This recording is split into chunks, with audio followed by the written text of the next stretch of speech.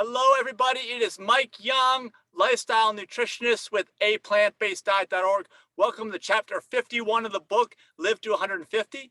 This chapter is about the standard American diet, or SAD. We're not talking about seasonal affective disorder, although that's another SAD, but standard American diet. And I wanted to have a chapter on this because I wanted to see, people are searching out there in the internet. They want to learn about the standard American diet. Well, what's good about or bad about it, and what can I expect? And then if they land on this book about living to 150, maybe they'll get some inspiration. So that's the reason why I wanted to do one, just on standard American diet. Now, what is a standard American diet? Unfortunately, in the year 2020, I'm 52 years young, and I spent most of my life, I think, living or being taught the standard American diet. I've watched for decades about how other countries that are developing, they aspire to eat like Americans, eat the American diet, full of animal products, high fat foods, high salt content, etc., etc., and a lot of processed foods too. Everyone, for the most part, still thinks it's the best diet, like it's the best for you. It's what everyone aspires to. It's just, well, that's been word on the street for a long time, but unfortunately that word has been wrong, because there's nothing more injurious than the standard American diet. That is what's causing almost all the problems. If you go back and you watch chapter 42 of this book, I explain exactly what you're supposed to eat in your diet. And you may notice it doesn't really resemble the standard American diet. Now, if you go to our website, aPlantBasedDiet.org, you click on recipes, you'll see some dishes that look really like the standard American diet, and they actually taste like it, but they're done in a different way, or done in a way that's not harmful to the human body. So keep this in mind, that the standard American diet is a bad thing. It's something you need to break away from somehow. I don't know how you're going to do it. Write down below in the comments some techniques that you might want to use, because especially if you're surrounding yourself with people that are all eating this way, you're going to have a really hard time. That's what the beginning chapters of this book have been about surrounding yourself with the right people. If you're ever going to be successful in anything, you're ever going to grow. And of course, I know that people are always either growing or backsliding. Nobody ever stays the same. So if you have a growth mindset and you want to not backslide for the remainder of your life into a big downward spiral, which most people do, and that the standard American diet kind of just shoves you off right into that downward spiral pretty effectively. It's very good at doing that. That's where you're going to end up. And that's why I have to write this book at this point in time in 2022, because it's really counterculture, and it's not something that most people are doing on a daily basis. But we want to make it like, I'd love for the standard American diet to be the diet I describe in chapter 42 here in this book. That would be awesome.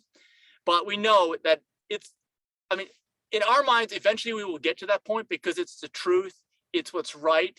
It's what your body needs and craves and flourishes off of, because the alternative is the standard American diet, which is the exact opposite of that. So we do know it's only a matter of time, but it's going to be a lot of work. And we would actually really appreciate you sharing this book with others. Just share the video, tag people below in the comments. And of course, give me your feedback as well on your experience with the standard American diet. How many years young are you? How long have you been eating what you'd call the standard American diet, and what got you to change? I can tell you, if you go back to the chapter I had earlier on about my story, you'll know I never really liked the standard American diet. I guess I'm just really hypersensitive, and my body told me right away that, oh, no, this isn't right. You shouldn't be eating this. Just don't eat it. And I didn't. Not to say that I was perfect, because I definitely wasn't. I didn't have enough knowledge back at that time, back in the early years, to really explain to somebody or convey to somebody why I was going to eat differently. In fact, most people would think and thought that there was something wrong, to the point where I was going to hurt myself because I was eating in a way that was different from other people.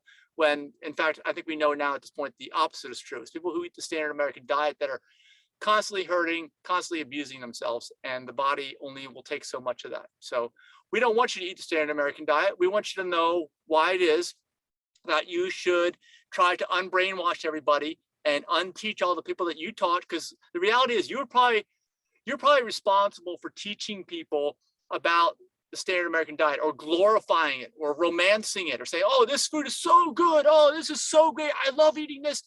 And that's what you're doing, is you're perpetuating the brainwashing and the negative habits and really the downward spiral of people's health. And do you want that to be your legacy? that you help perpetuate the downward spiral of people's health? I don't think so. If you think about it, I know you probably never thought about it like this before. That's again why I'm having a chapter just on the standard American diet. You need to know about the repercussions, and you're free to make your own choice, but you're not free from the consequences of those choices. And the standard American diet always has severe negative consequences associated with it. That's the takeaway from this chapter.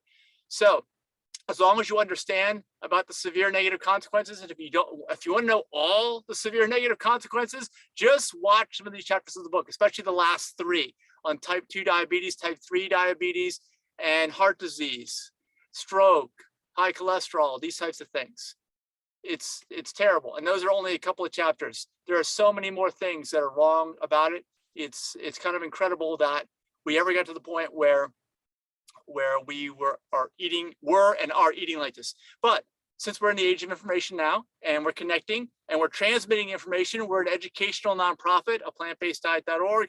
We hope and we do believe that there'll be a day when this is a thing of the past, and hopefully it's sooner rather than later. And we very much thank you for watching this video, taking the time to watch it, and taking the time to comment with your feedback, and also sharing it with others. So of course, please like the video if you got some value out of it, and subscribe so that we will give you notification of the next chapter. So we'll see you in the next chapter. Bye-bye.